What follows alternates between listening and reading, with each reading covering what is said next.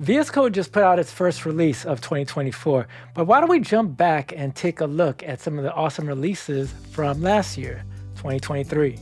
Profiles are now generally available. You can use profiles to customize VS Code for different development scenarios, including things like extensions, settings, and more. For example, I have a work profile that has everything I need at work, but then a demo profile that's a bit more streamlined. You can easily manage profiles from the settings menu, including exporting and importing profiles so that you can share setups with others. You can now resize multiple views at the same time by dragging the corners of the views. The Find control inside tree views now supports history navigation by using the up and down arrow keys. Terminal link detection has been improved this release. For example, Python-style stack trace links with spaces and VS Code protocol links are now detected. The Show Terminal Accessibility Help command provides important information for screen reader users, such as the Enter Accessibility Mode command that can be triggered by Shift-Tab, which enables screen readers to read terminal contents. And last but not least, try out the two new experimental color themes, Light Plus V2 and Dark Plus V2, designed to be even more accessible. There are a lot of exciting updates to the new Profiles feature. You can now quickly switch profiles through the Profiles Switch Profile command. You will also notice that there is a profile badge on the Manage Work icon that shows the first two letters of the name of your active profile. And you can now use profiles in remote development workspaces, like Codespaces. Speaking of remote development, there is now a default key binding of Ctrl-Alt-O to open the remote menu. You can easily view all actions for connecting to a remote window from this menu. And the Install Additional Remote Extensions option now points to a list of curated remote development extensions. One of the best parts of VS Code is being able to customize the workbench by moving most views and view containers. Well, now you can move the Explorer view too. Try it out in the secondary sidebar or the bottom panel. And finally, if you need to link to a header in a Markdown document, it's now even easier with the new Markdown Workspace header link completions. Just type ## in a Markdown link to see a list of all Markdown headers. You can now copy deep links for an editor line or range from the gutter when working in a GitHub repository. When you paste the link in your browser, it will take you right to those lines in the repo. Use the new move symbol to Code Actions to easily refactor your Python code with Pylance. There are a few updates to the Notebooks experience. You can now enable Format on Save using the Notebook Format on Save enabled setting. This formats the entire notebook when you save it. Find and Output is now enabled by default,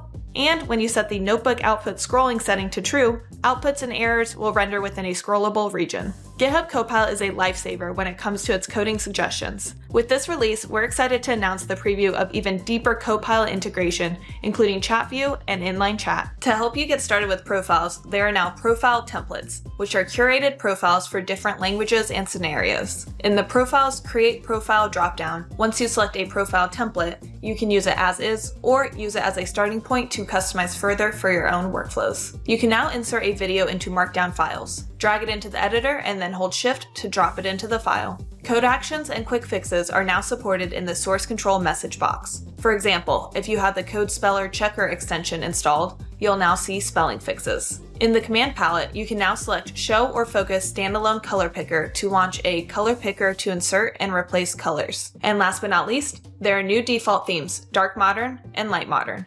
Try them out. There are now Paste As options available when you paste a file into a text editor. When I paste this image, I get the option to insert it as an attachment, as a markdown image, or as a relative or absolute path. If you want to add an external file into your markdown document, now you can just drop or paste the file straight into your markdown. VS Code will automatically copy the file into your workspace and insert a link to it. Now when you change an opening JSX tag, VS Code will automatically update the corresponding closing tag. You can enable this via the Editor Linked Editing setting.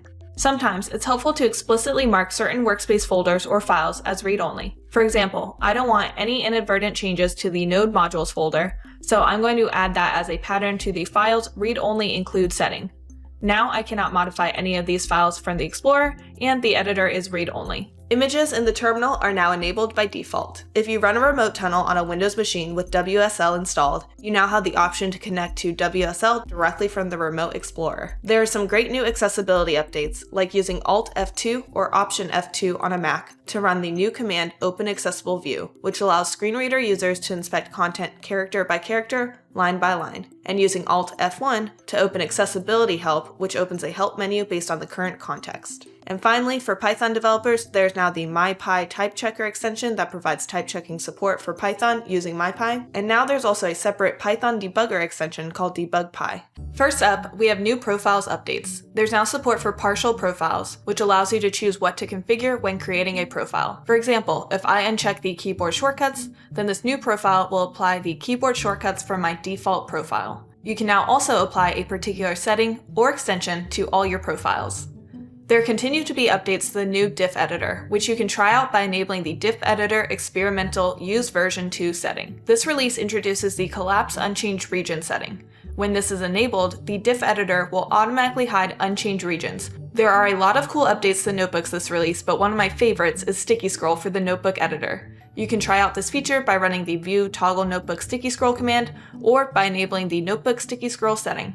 And when working on a Jupyter notebook on github.dev, through the kernel picker, you can now connect to a Jupyter server running on a GitHub Codespace instance. VS Code now has a built-in port forwarding system, which allows you to share locally running services over the internet to other people and devices. You can use this by navigating to the ports view and selecting the Forward a Port button, which will prompt you to sign in to GitHub. And remember, if you've opened a public port, any user with your link can access the forwarded service, so be careful to avoid hosting any confidential information or insecure services. The move to file refactoring for JavaScript and TypeScript lets you move a class, function, or constant into an existing file. And the inline variable refactoring replaces all occurrences of a variable with its constant value. In notebooks, you can now copy the cell output to your clipboard. And now in Sticky Scroll, when you scroll sideways, Sticky Scroll is also scrolled sideways. You can view the last line of a scope by holding the Shift key and hovering over a sticky scroll line. If you click, you'll be moved to the last line. And finally, folding icons have been added to the sticky scroll gutter. Inline chat now keeps all prompts of the current session. Here, I can state that I'm based on the US West Coast. And then I can ask to print my local time and the time difference with London. And since inline chat remembers where I said that I'm based, we get a code snippet correctly calculating the time difference between the two locations. Copilot chat users get an even better similar commands experience because we can use Copilot AI to determine similarity. I'm going to start with having Copilot disabled. And let's say I can't remember the command to toggle autosave. When I type save files automatically, I only get a few suggestions. However, when I enable Copilot and type the same thing, I get several more suggestions, including toggle autosave. We introduced an Ask GitHub Copilot option. Now, when you ask GitHub Copilot, it will default to the chat view in the sidebar. If you prefer a different experience, you can change the Ask Chat location setting to your preference. The /test command is now better at detecting the testing framework you are using and will generate new tests in the same style. And should also be much better at suggesting names for new test files like this grade test file for my grade class. There are a lot of handy customizations that you can now make to the editor in the most recent VS Code release. You can now move the activity bar to the top of the sidebar. You can hide editor tabs by setting Workbench, Editor, Show Tabs to none. Other Show Tabs options are multiple, which is the default,